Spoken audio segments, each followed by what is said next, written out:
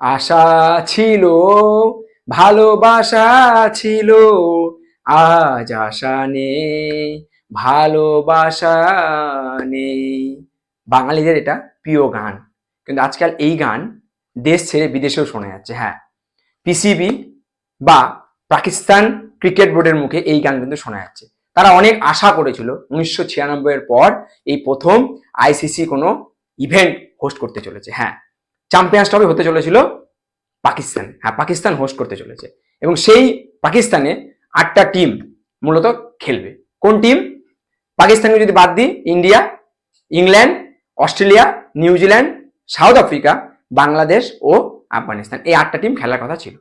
কিন্তু তাদের সব স্বপ্ন আশায় থেকে গেল যখন একটা অ্যানাউন্সমেন্ট তারা পেল। তাদের মাথায় হাত পড়ে গেল। সেই অ্যানাউন্সমেন্টটা কি? সেই অ্যানাউন্সমেন্টটা বিসিসিআই এর তরফ থেকে হয়েছে। ভারতীয় ক্রিকেট বোর্ড সেই অ্যানাউন্সমেন্টটা করেছে এবং আইসিসি কে জানিয়ে দিয়েছে যে তারা কোনো মতেই পাকিস্তানে যাবে না চ্যাম্পিয়ন্স ট্রফি খেলতে। 2008-এ লাস্ট ইন্ডিয়া কিন্তু গেছিল পাকিস্তানে এশিয়া কাপ খেলতে। তারপরে সেই ইভেন্ট, সেই ঘটনা আমরা জানি, 26/11 সেই ঘটনা যেটা মুম্বাই হয়েছিল। তারপরে কিন্তু ইন্ডিয়া আর পাকিস্তানে পা রাখেনি।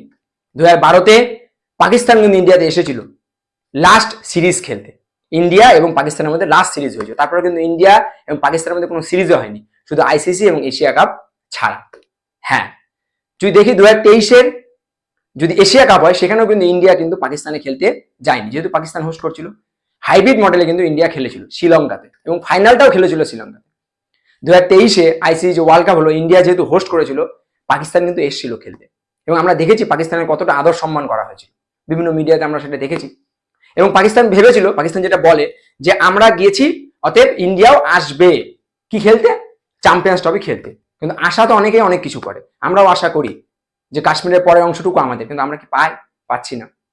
তবে আশা এবং কাজের মধ্যে অনেক তফাৎ আছে।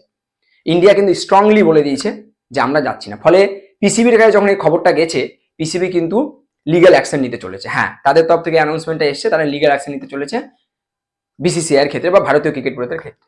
তারা আইসিসি যে মীমাংসা কমিটি, সেখানে বলেছে যে বিসিসিআই কে অফিসিয়াল লেটারে লিখে দিতে হবে কেন তারা পাকিস্তানে আসবে না, কিসের জন্য, কি রিজন, সেই রিজনগুলো তাদেরকে লিখে দিতে হবে। এবং তারা বলেছে সর্বোত্তম ভাবে আমরা কিন্তু সিকিউরিটির ব্যবস্থা করব, যে তারা যাতে কোনো রকম ভয় না পায়, তারা যাতে আসে। এবং তারা এটাও বলেছে যদি মনে হয় যে ইন্ডিয়াতে থাকবে, শুধু খেলার জন্য পাকিস্তানে যাবে, আবার তারা ইন্ডিয়াতে আসবে, সেটাও হবে, কিন্তু হাইব্রিড মডেল কোনো মতেই আমরা মেনে নিব না। পাকিস্তান বোর্ড বা নাকবি চেয়ারম্যান যে, তিনি কিন্তু বলে দিয়েছেন। ফলে এটাই দেখার বিষয় কি হয়। অনেকে বলছে যে হোস্ট করতে চলেছে সাউথ আফ্রিকা, অতএব পাকিস্তানের কাছ থেকে কিন্তু হোস্টিংটা বা সে যে হোস্ট করতে চলেছে সেটা কিন্তু কেড়ে নেওয়া হবে। এটাও এখনো অফিসিয়ালি কিন্তু কোনো ঠিক হয়নি। আমরা জানি যে 11 তারিখ মিটিং হওয়ার কথা ছিল টাইম, ডেট, ভেন্যু নিয়ে, কিন্তু যেহেতু বিসিসিআই একটা অ্যানাউন্সমেন্ট করেছে, সেই মিটিংটা ক্যান্সেল করে দেওয়া হয়েছে। অফিসিয়াল কোনো অ্যানাউন্সমেন্ট এখনো পর্যন্ত আর কোনো কিছু হয়নি।